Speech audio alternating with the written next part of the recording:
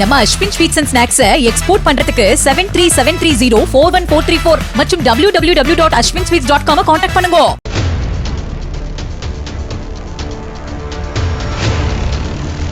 உலகையே வியக்க வைத்த சீனாவின் பிரம்மாண்ட ராணுவ பேரணி.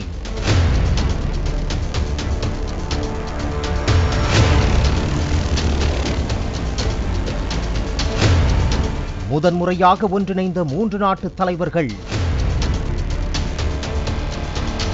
கொந்தளித்த அதிபர் ட்ரம்ப். அமெரிக்காவுக்கு எதிராக வலுவான அணி கட்டமைக்கிறதா? உலகத்தின் சக்தி வாய்ந்த தலைவராக உருவெடுக்கிறாரா ஷி ஜின்பிங்? விரிவாக பார்க்கலாம்.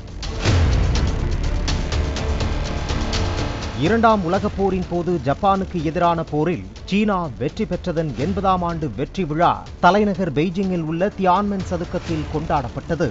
மிக பிரம்மாண்டமான முறையில் நடத்தப்பட்ட இந்த வெற்றி விழாவில் அதிபர் ஷி ஜின்பிங்கின் அழைப்பை ஏற்று ரஷ்ய அதிபர் விளாடிமிர் புதின், இந்தோனேஷிய அதிபர் பிரபோவோ சுபியாண்டோ உள்பட 26 நாட்டைச் சேர்ந்த தலைவர்கள் கலந்து கொண்டனர். கடந்த 2015ஆம் ஆண்டுக்கு பிறகு இரண்டாவது முறையாக இத்தகைய பிரம்மாண்ட வெற்றி விழா ராணுவ அணிவகுப்பு பேரணியை சீனா நடத்தியுள்ளது.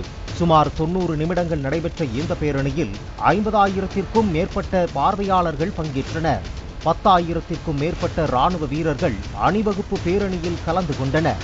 மேலும் இதில் 100க்கும் மேற்பட்ட அதிநவீன போர் விமானங்கள், கண்டம் விட்டு கண்டம் பாயும் அணு ஆயுத ஏவுகணைகள், புதிய நீர்மூழ்கி ட்ரோன்கள் உள்பட சீனாவின் ராணுவ வலிமையை உலகிற்கு பறைசாற்றும் ஆயுதங்களும் ராணுவ தளவாடங்களும் இடம்பெற்றிருந்தன.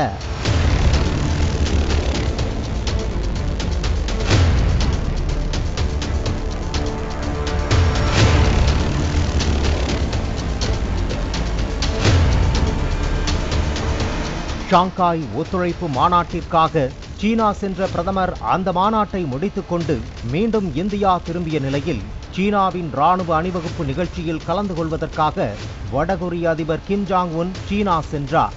இதன் மூலம் கடந்த 66 ஆண்டுகளில் சீன ராணுவ அணிவகுப்பில் கலந்து கொண்ட முதல் வடகொரிய அதிபர் என்ற வரலாற்றை பெற்றுள்ளார் கிம் ஜாங் உன்.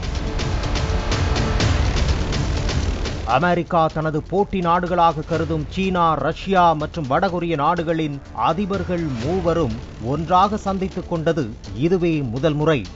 இந்த அணிவகுப்பு நடந்த இடத்தில் சீன அதிபர் ஷி ஜின்பிங்குடன் ரஷ்ய அதிபர் புதின், வடகொரிய அதிபர் கிம் ஜாங் உன் ஒன்றாக நடந்து வந்த காட்சி உலக நாடுகளை உற்று நோக்க வைத்தது. 3 நாடுகளும் ஒன்றாக ஒற்றுமையுடன் இருக்கிறோம் என்பதை உலகிற்கு, குறிப்பாக அமெரிக்காவிற்கு சொல்லாமல் சொல்லி இருக்கின்றன. இதுதான் தற்போது அமெரிக்க அதிபர் ட்ரம்பை கோபமடைய செய்துள்ளது. அமெரிக்காவுக்கு எதிராக இந்த கூட்டணி சதி தீட்டுவதாக குற்றம் சாட்டியிருக்கிறார். சீனாவின் ராணுவ அணிவகுப்பு தொடங்கியவுடன் ட்ரூத் சமூக ஊடகத்தில் தனது கருத்தை பதிவிட்ட ட்ரம்ப், சீனா ஜப்பானிடமிருந்து சுதந்திரத்தை பெற அமெரிக்கா உதவியதை சுட்டிக்காட்டினார். அமெரிக்காவுக்கு எதிராக சதி செய்யும் விளாடிமிர் புதின், கிம் ஜாங் உன்னுக்கு எனது மனமார்ந்த வாழ்த்துக்களை தெரிவியுங்கள் என்றும் ட்ரம்ப் அதில் குறிப்பிட்டிருந்தார். சீனாவை பொறுத்தவரை ரஷ்யாவிடம் அதிகம் நெருக்கம் காட்டி வருகிறது. ரஷ்யா வடகொரியாவுடன் நட்பு பாராட்டி வருகிறது. வடகொரியாவின் நேரடி எதிராக அமெரிக்கா எப்போதும் இருந்து வருகிறது. இதற்கு சிறந்த உதாரணம் ரஷ்யா உக்ரைன் போரில் ரஷ்யாவிற்கு உதவுவதற்கு வடகொரியா தன்னுடைய 13,000த்திற்கு மேற்பட்ட ராணுவ வீரர்களை ரஷ்யாவிற்கு அனுப்பி வைத்துள்ளது. இதில் வடகொரிய வீரர்கள் அதிக அளவில் கொல்லப்பட்டனர். அணிவகுப்புக்கு பிறகு அதிபர் கிம்முடன் புதின் சுமார் 1 மணி நேரத்திற்கு மேலாக ஆலோசனையில் ஈடுபட்டிருந்தார். அதன் பிறகு இருவரும் ஒன்றாக வெளியே வந்து மகிழ்ச்சியை வெளிப்படுத்திக் கொண்டு விடைபெற்றனர். அமெரிக்க அதிபராக ட்ரம்ப் பதவியேற்றதிலிருந்து பல்வேறு நாடுகள் மீது கடுமையாக வரிகளை விதித்து உலக நாடுகளை தன் கட்டுப்பாட்டில் வைக்க முயற்சி செய்து வருகிறார். இந்நிலையில் அதற்கு கடிவாளம் போடும் விதமாக சீன அதிபர் ஷி ஜின்பிங் தொடர்ச்சியாக காய்களை நகர்த்தி வருவதாக கூறப்படுகிறது. குறிப்பாக சமீபத்தில் சீன அதிபர் ஷி ஜின்பிங் தலைமையில் SCO உச்சி மாநாடு நடைபெற்றது.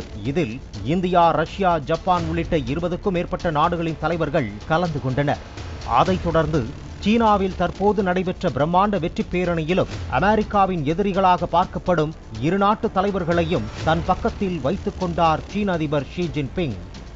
இதன் மூலம் உலக நாடுகளின் பெரும் தலைவர் அமெரிக்கா மட்டுமல்ல சீனாவும் தான் என ஷி ஜின்பிங் சொல்ல வருவதாக மேற்கத்திய ஊடகங்கள் தெரிவிக்கின்றன.